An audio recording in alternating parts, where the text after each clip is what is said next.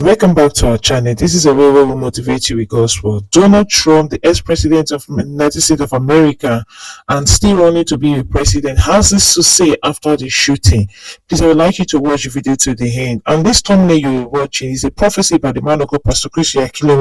Go to this channel, you will definitely find this video. Share this video and God bless you. Together we will launch a new era of safety, prosperity, and freedom for citizens of every race, religion, color, and creed. The discord and division in our society must be healed. We must heal it quickly. As Americans, we are bound together by a single fate and a shared destiny. We rise together or we fall apart. I am running to be president for all of America, not half of America, because there is no victory in winning for half of America. So tonight, with faith and devotion, I proudly accept your nomination for President of the United States. Thank you.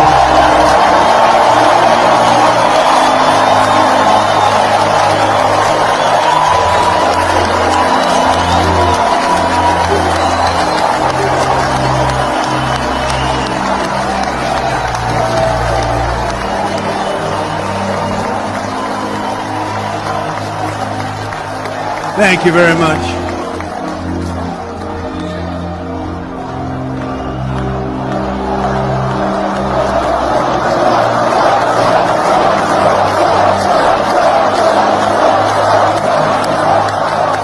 Thank you very much.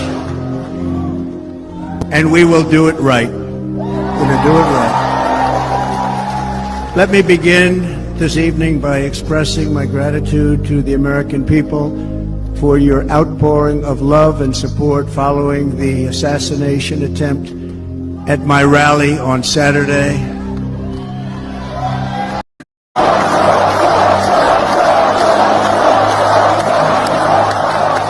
Thank you very much. And we will do it right. We're going to do it right.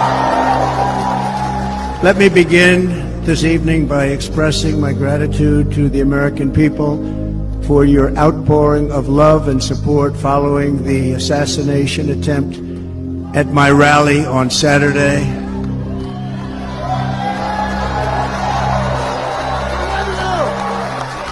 As you already know, the assassin's bullet came within a quarter of an inch of taking my life.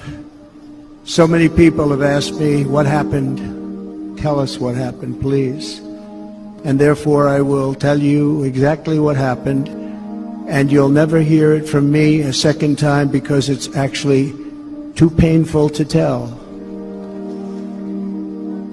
It was a warm, beautiful day in the early evening in Butler Township in the great Commonwealth of Pennsylvania.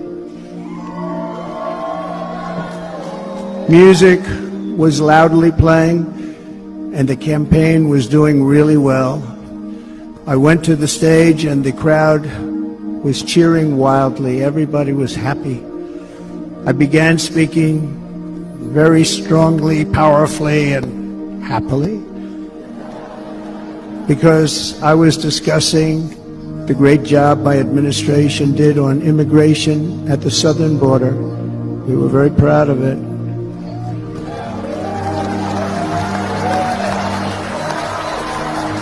Behind me and to the right was a large screen that was displaying a chart of border crossings under my leadership. The numbers were absolutely amazing. In order to see the chart, I started to, like this, turn to my right and was ready to begin a little bit further turn, which I'm very lucky I didn't do, when I heard a loud whizzing sound and felt something hit me really, really hard on my right ear. I said to myself, wow, what was that? It can only be a bullet. and moved my right hand to my ear, brought it down. My hand was covered with blood, just absolutely blood all over the place. I immediately knew it was very serious, that we were under attack, and in one movement proceeded to drop to the ground. Bullets were continuing to fly as very brave Secret Service agents rushed to the stage, and they really did. They rushed to the stage.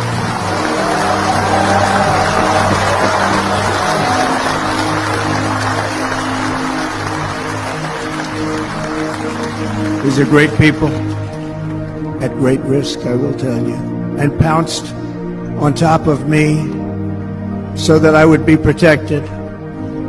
There was blood pouring everywhere, and yet in a certain way I felt very safe because I had God on my side. I felt that.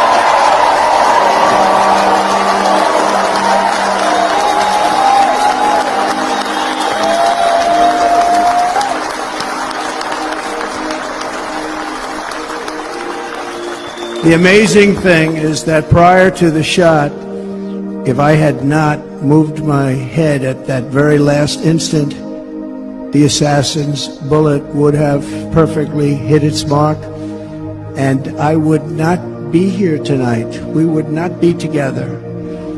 The most incredible aspect of what took place on that terrible evening in the fading sun was actually seen later.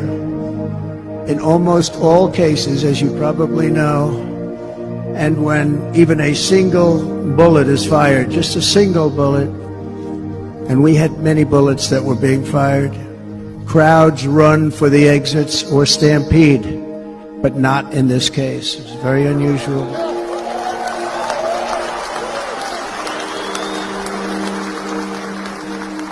This massive crowd of tens of thousands of people stood by and didn't move an inch. In fact, many of them bravely but automatically stood up looking for where the sniper would be. They knew immediately it was a sniper, and then began pointing at him. You can see that if you look at the group behind me. That was just a small group compared to what was in front. Nobody ran, and by not stampeding, many lives were saved. But that isn't the reason that they didn't move. The reason is that they knew I was in very serious trouble. They saw it. They saw me go down. They saw the blood and thought, actually most did, that I was dead. They knew it was a shot to the head. They saw the blood. And there's an interesting statistic. The ears are the bloodiest part. If something happens with the ears, they bleed more than any other part of the body. For whatever reason, the doctors told me that, and I said, why is there so much blood? He said, it's the ears. They bleed more. So we learned something, but they just, this beautiful crowd, they didn't want to leave me. They knew I was in trouble. They didn't want to leave me, and you can see that love written all over their faces. Incredible people. They're incredible people. Bullets were flying over us, yet I felt serene.